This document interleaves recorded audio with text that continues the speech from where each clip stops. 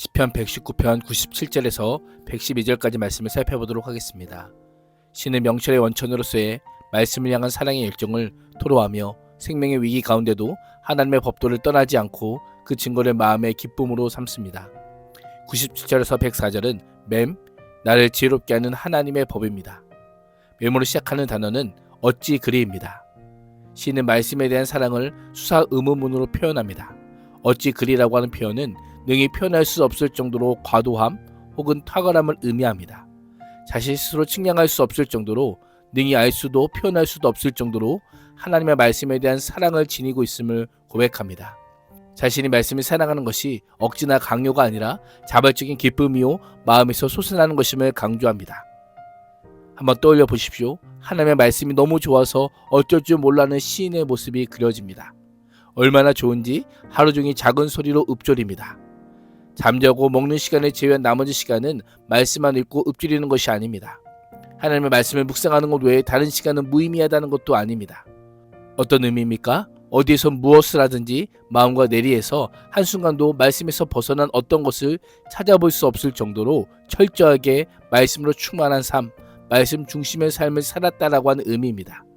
하나님의 말씀을 묵상함이 삶의 구석구석에 깊은 영향을 끼쳤다는 고백입니다. 우리도 그렇지 않습니까?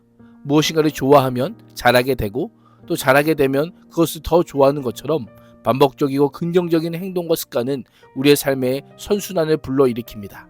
말씀에 대한 묵상과 연구는 말씀을 사랑하는 여러 방편 중에 가장 기본적인 요소이지만 말씀을 사랑함으로 묵상하게 되고 말씀을 묵상하게 되므로 말씀을 더욱 사랑하게 될 수 있음을 우리는 기억해야 합니다.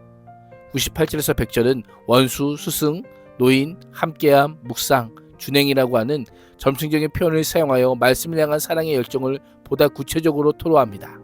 이 세 절은 모두 동일한 구조로 되어 있고 전하고자 하는 의미도 동일합니다. 시는 주의 계명들은 영원히 나와 함께하기 때문에 대적자들보다 주의 계명들이 나를 더 지혜롭게 한다라고 고백합니다. 하나님의 가르침을 오래도록 날마다 묵상함으로 얻는 유익은 대적자들의 위협에 무너지지 않고 이긴다라는 것입니다. 주의 증거들이 나의 임무이자 관심사이기 때문에 자신을 가르치는 선생님들보다 지혜롭게 되었다라고 합니다. 하나님께서 어떤 능력을 행하시고 교훈하시는 분인지에 대한 증거들을 이해하는 것은 자기 임무로 삼고 이 일에 생애를 바친 것이 스승보다 뛰어나게 된 이유라고 고백합니다. 하나님의 증거들에 창념하여 스승의 능력을 뛰어넘은 것은 시인이 하나님의 가르침을 얼마나 사랑하고 그 일에 매달렸는지를 증명합니다. 또한 주의 법도를 지켰기에 자신이 노인들보다 명철하다라고 합니다. 고대 사회에서 스승들은 주로 노인입니다. 노인은 살아낸 세월만큼 다양한 경험을 바탕으로 높은 통찰력과 높은 이해력과 포용력을 가진 자들입니다. 그러나 하나님의 법을 사랑함이 인간의 전통적인 힘과 능력을 뛰어넘습니다. 시는 여러 비유를 통해 하나님의 말씀이 얼마나 완전하게 탁월한 지혜를 부여하는지를 강조하고 있습니다. 또한 구체적으로 하나님의 말씀을 가까이하며 읊조렸는지를 고백합니다. 주의 말씀을 지키기 위해 발을 금하였다라고 합니다. 금하였다라는 것은 가두다라고 하는 의미로 짐승을 우리에 가르고 죄인을 착고에 채우고 죄인을 구류할 때 사용하는 표현으로 자연스러운 움직임을 강력한 힘으로 정지시키는 것을 가리킵니다. 이것은 시인의 강력한 의지를 강조함과 동시에 하나님의 말씀에 불순종하려는 육신의 연약함을 그대로 고백합니다. 시인의 하나님의 말씀에 대한 순종은 하나님의 말씀에 대한 사랑에서 우러나오는 자발적인 것이지만 그럼에도 그 순종의 과정은 세상 사람들이 살아가는 조류를 거스르는 것이고 자신의 악한 본성을 제어하는 힘든 싸움이었던 것입니다. 그래서 단순히 악한 길이 아니라 모든 악한 길로 가지 않았다라고 고백합니다. 가지 않은 것이 아니라 실상은 갈 수 없었던 것입니다. 그만큼 철저하게 말씀을 지켰고 그 결과 하나님의 규례에서 떠나지 않을 수 있었던 것입니다. 그 결과 시인은 주의 말씀의 맛이 내게 어찌 그리 단지요 내 입의 꿀보다 더 다니이다 라고 고백합니다. 다시 한번 말씀의 맛이 최고임을 수사 의문문을 사용하여 표현합니다. 어떻게 이런 고백을 할 수 있을까요? 순종의 즐거움을 알았기 때문입니다. 말씀의 맛이 꿀보다 더 달다는 것을 경험했기 때문입니다. 꿀은 풍요와 하나님의 복을 상징합니다. 여기서는 이 땅의 인간에게 가장 큰 기쁨과 만족을 주는 것을 상징합니다.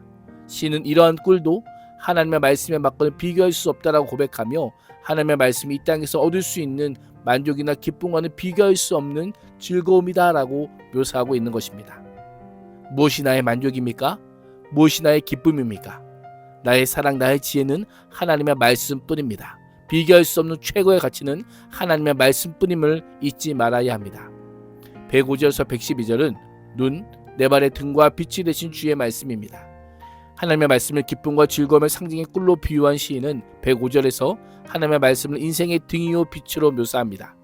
하나님의 말씀이 어둠으로 표현되는 고난의 상황을 극복하고 헤쳐나갈 수 있는 길이요, 선과 악을 알 수 없는 흑암과 같은 세상에서 하나님의 말씀이 사람이 나가야 할 올바른 삶의 기준이 됨을 고백하고 있는 것입니다. 그래서 시인은 내가 주의 의로운 법을 따르기로 맹세했으니 그렇게 할 것입니다 라고 고백하는 것입니다. 그러나 고난은 여전합니다. 그러나 절망할 시간은 없습니다. 변하지 않는 한 가지 사실은 하나님께서 살아계시다는 것이요, 하나님께서 이 모든 상황을 다 보고 다 알고 계시다는 것입니다. 그래서 시인은 이러한 하나님을 믿고 의지하며 지금이 구원의 때가 되기를 간절히 호소합니다. 더는 고통의 시간에 보내고 싶지 않습니다. 여호와여, 주의 약속대로 나를 살아가게 하소서. 구하오니 내 입이 드리는 자원제물을 받으시고 주의 공의를 내게 가르치소서. 나의 생명이 항상 위기 가운데 있지만 내가 주의 법을 잊지 않습니다 라고 처절하게 간구하고 있는 것입니다. 시인은 극도의 긴장된 순간에도 하나님의 법을 잃지 않고 끝까지 하나님을 붙듭니다. 시인은 악인들이 도전을 놓았지만 나는 주의 법도들 때문에 비틀거리지 않았다고 고백하며 주께서 행하신 역사를 기억하고 다시 한번 목 놓아 부르짖습니다. 나아가 하나님의 증거들이 영원히 갖게 되었다면서 그것들이 내 마음의 즐거움이 되기 때문이다라고 밝힙니다. 삶의 즐거움이 세상적인 욕망을 취하는 것이 아니라 하나님이 누구인지 어떤 분인지를 알고자 하는 것에 있음을 고백하고 있습니다. 오늘 하루도 아무리 답답해 보이는 상황에서도 주의 법에 떠나지 않고 주님의 말씀을 행하는 일에 마음을 쏟는 신과 같은 인생의 길을 걸을 수 있기를 주님의 이름으로 축복합니다. 기도하겠습니다. 하나님, 하나님의 말씀을 묵상함이 지혜요 명철임을 깨닫게 하시고 날마다 꿀보다 더 단 말씀의 참맛을 보게 하여 주옵소서. 예수님의 이름으로 기도합니다. 아멘.